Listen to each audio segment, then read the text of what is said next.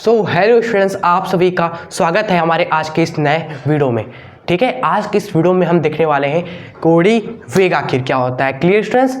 वैसे तो हम कोड़ी विस्थापन भी आपको इस वीडियो में ही समझा देंगे एंड मोस्ट इंपॉर्टेंट इससे स्टूडेंट्स पूछा जाता है ये कोड़ी वेग, ओमेगा और रेखी वेग में संबंध निकालिए स्टूडेंट्स। ठीक है, ये क्वेश्चन भी एग्जाम में आपके पूछा जाता है, तो हम वो भी कवर करेंगे इस वीडियो में। क्लियर? तो इस वीडियो में सारी चीज़ें आपको क्लियर हो जाएंगी।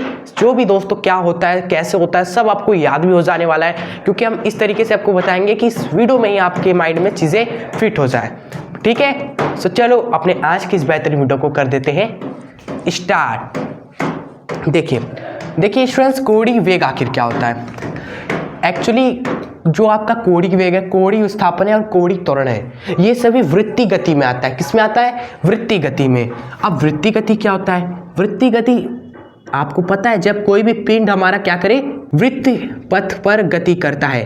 कोई भी हमारा स्टूडेंट्स कण एक वृत्तीय पथ का अनुसरण करते हुए गति करे, जैसे आपने किसी वस्तु को एक धागे में बांध लिया और इसको यूं नचा रहे हो, तो ये कैसा गति करेगा? वृत्तीय गति करेगा। क्लियर? तो चलो आइए नचाते हैं एक बार। हमने इसको पकड़ा, हम इसको ऐसे घुमाए, मान लो टी समय बाद ये घूमते घूमते यहाँ पर पहुँच गया। क्लियर? तो इसने कुछ एंगल बनाया ना स्टूडेंट्स। पहले तो ऐसे हमने पकड़ा था, हमने ऐसे घुमाया इसको, ठीक है, सर्कुलर पाथ में ऐसे घुमाया, तो कुछ एंगल बनाया कि नहीं? कुछ एंगल बनाए स्टूडेंट्स, ये एंगल थीटा, और यही जो एंगल बनाता है उसे ही क्या बोलते हैं स्टूडेंट्स? इस थीटा को ही क्या बोलते हैं? नोट करिए माय लॉर्ड, जो थीटा ही है ना, यही आपका है कोड़ी विस्थापन। क्या? कोड़ी विस्थापन। ठीक है, अब आप भूलने नहीं वाले हो कोड़ी विस्थापन क्या है। जब कोई भी कण स्टूडेंट्स क्या करे, वृत्तिगत पथ पर गति करता है और जो भी कोण आंतरित करता है उसे ही बोलते हैं कोड़ी विस्थापन। कोई भी कण वृत्तीय गति कर रहा है स्टूडेंट्स, जो भी कोण केंद्र पर बनाता है उसे ही कोड़ी विस्थापन कहते हैं उस कण का। क्लियर? आप कोई दिक्कत आपको? अब स्टूडेंट्स हम बात करते हैं कोड़ी वेग की। ठीक है, अगर आपने विस्थापन समझ लिया तो वेग यू आप समझ जाओगे।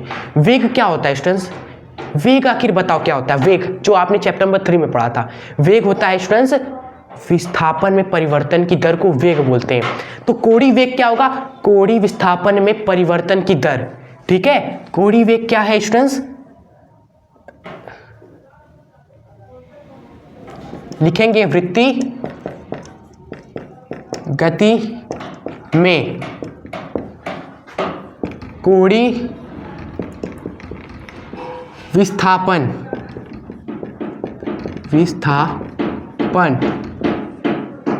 ठीक है के परिवर्तन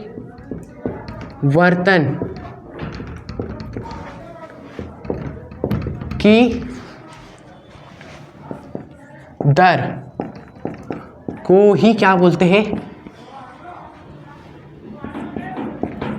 कोड़ी वेग कहते हैं।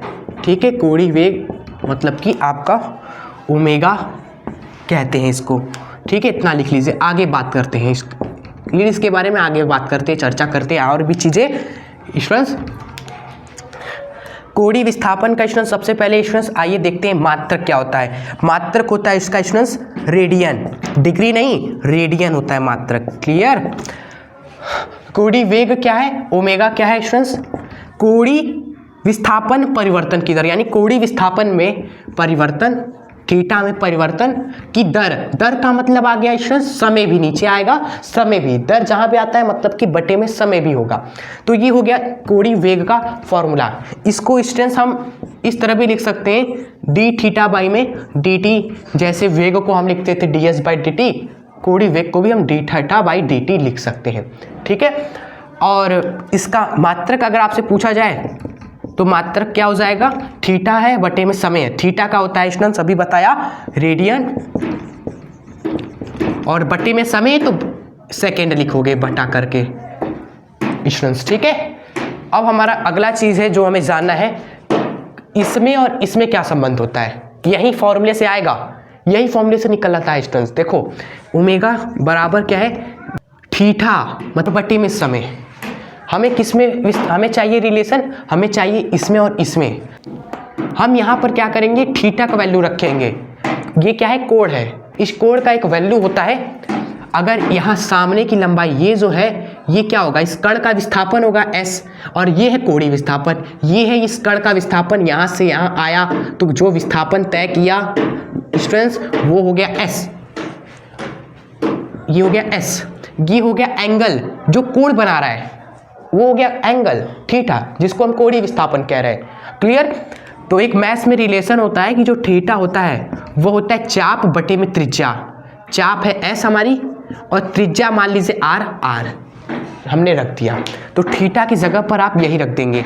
आप लिख दीजिएगा कि हम जानते हैं यहाँ पर ब्रैकेट में कि हम जानते हैं कि थीटा बराबर होता है s बटे में r, चाप बटे में त्रिज्या। मैथ्स में क्लास 10th में आपने पढ़ा होगा जरूर इसको, रिलेशन को। अब फिर इसी को यहाँ रख दीजिए s बटे में r और ये t स्टूडेंट्स, ठीक है। चलो, और ये परिवर्तन का चिन्ह लगा दीजिए। फिर उसके बाद आप पाएंगे कि विस्थापन बटे में समय, ये तो वेग होता है ना, ये तो वेग होता है आपका। तो विस्थापन बटे में समय को आप वेग लिख दीजिए और बटे में त्रिज्या उतार दीजिए। तो स्टूडेंट्स देखो, ओमेगा और वेग में संबंध आ गया। ओमेगा किसके बराबर होता है, वेग बटे में त्रिज्या के।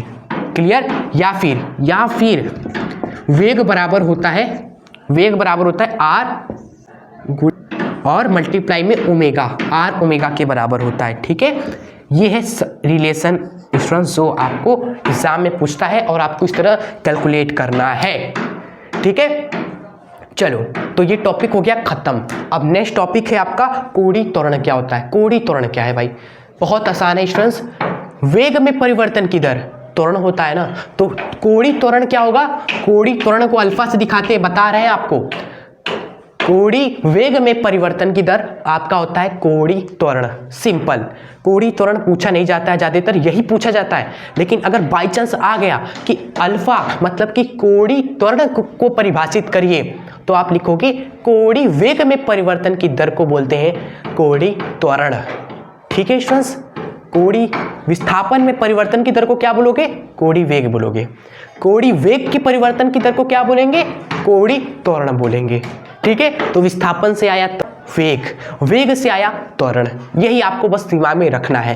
क्लियर। और रिलेशन समझ लिया तो बस काफ़ी है, रटना कुछ भी नहीं आपको है। बस याद रखिएगा कि विस्थापन से वेग, वेग से त्वरण, ये दिमाग में फिट कर लीजिएगा, ठीक है। फिर आपको कुछ भी नहीं याद करना मेरे भाई, कुछ भी नहीं याद करना आपको, ठीक है। चलो, आई होप आपको ये वीडियो पसंद आई होगी। अगर ये वीडियो पसंद आई तो इस वीडियो के कमेंट बॉक्स में आप जरूर बता दीजिएगा हमें। क्लियर।